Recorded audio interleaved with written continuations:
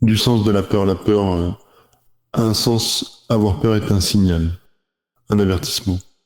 Sans la peur, je ne connaîtrais pas la mesure. Je n'aurais pas conscience de mes limites. Pourtant, elle conduit souvent à la paralysie.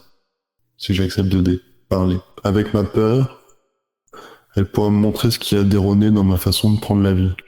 La peur est souvent liée au perfectionnisme. J'ai peur de me ridiculiser devant les autres, de me tromper.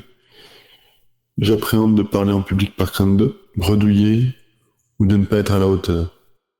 La peur est le signe, en l'occurrence, d'attente démesurée.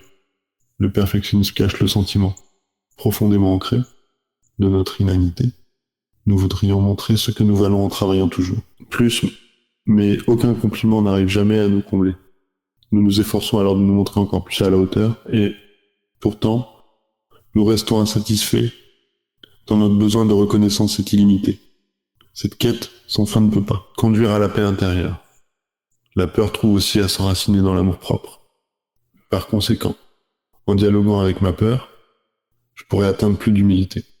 Je pourrais me réconcilier avec mes limites, mes faiblesses et mes défauts. Je peux me permettre d'être, parfois, ridicule. Il m'est permis de ne pas tout savoir et d'échouer.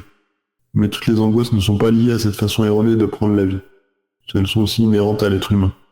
C'est le cas de la peur de la solitude, de la perte, de la mort.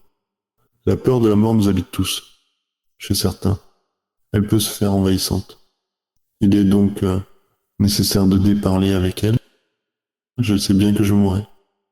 La peur peut nous aider à accepter la mort, à nous réconcilier avec notre condition de mortel. Si j'écoute ma peur, si je l'éprouve jusqu'au bout, alors je ressentirai, au cœur même,